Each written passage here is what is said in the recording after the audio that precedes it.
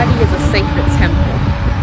We know this. We know that not everyone needs to have access to our energy, to our body, especially in the form of physical intimacy, because there are people that are led by the spirit of lust, and that is the sole purpose as to why they want to engage in physical intimacy, not because they want to make love through physical act, but because they want to feed their flesh. Oh, come on, spirit. They want to feed their flesh by feeding that demonic spirit of lust.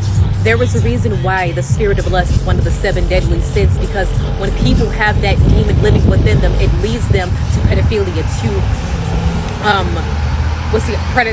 being a predator, being a R-word, R-A-P-I-S-T. So those people are led by that demonic spirit of lust, and that spirit will not rest unless it has taken something from someone sexually, or unless it has engaged themselves in some form of sexual act. And one thing about demonic spirits is that they love to take. It's not something that they want to have someone give to them voluntarily. They feel the power of taking it away from someone, taking away someone else's free will, and having that satisfaction, because they have the satisfaction and they have power and control. If you have ever been through anything, molestation as a child or anything just throughout your life, you were under spiritual attack.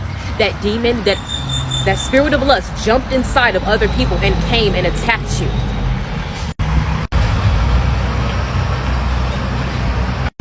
But people that engage in physical intimacy as a form of love is operated by love, the pureness, the true righteousness of the way that God had intended for physical intimacy to be within a marriage, to be within two people that love each other and have vowed to each other. The two shall become one flesh. Shall a man leave his mother and father and cleave to his wife? So sex is meant to be within marriages. But because that demonic spirit of lust has been just running rampant throughout this entire world, that's why you have so many people engaging in intimacy, premarital intimacy, or people engaging in all of this stuff casually. And what it does is it damages your roots and your sacral chakra. It creates a blockage. So it blocks your creativity. It blocks your groundingness. It blocks, how you feel within yourself. It blocks your confidence. In a way that you can heal that pain and that wound is by focusing on your root and sacral chakra there, that hip movement, getting the energy flowing, moving that energy so that the energy can be released. And it's as if you have to use your sexual energy in order to heal it.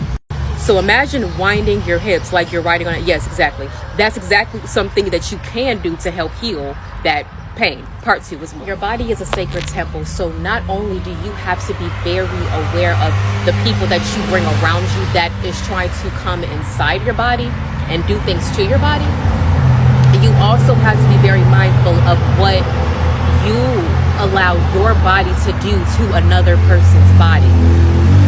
Because let me tell you, the psychological trauma is just as bad when it comes to molestation or the R word, whether it was done to you or whether you were forced to do something to someone else.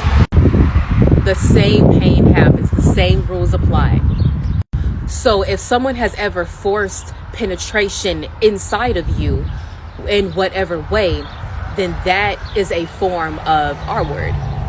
Also, at the same time, if someone has forced you to penetrate them in any type of way, that is another form of R word. And what that does is you feel shame and disgust and just remorse for what you have done. And it gets moments where people cannot even look at themselves. They feel just so disgusted with themselves because they either did something with someone that they didn't want to do, or they did something to someone that they didn't want to do. Same thing. Because if someone is being pleasured, but you are not, you don't want to do it, and you feel that you are uncomfortable, that person is taking advantage of you.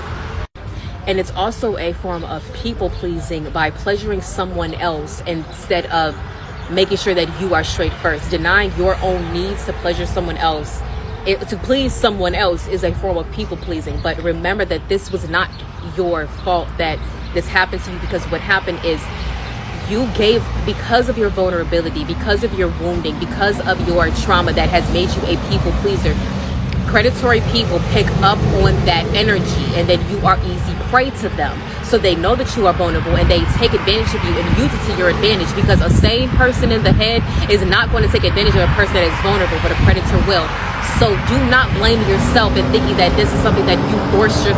No, this is something that someone took advantage of you and did to you.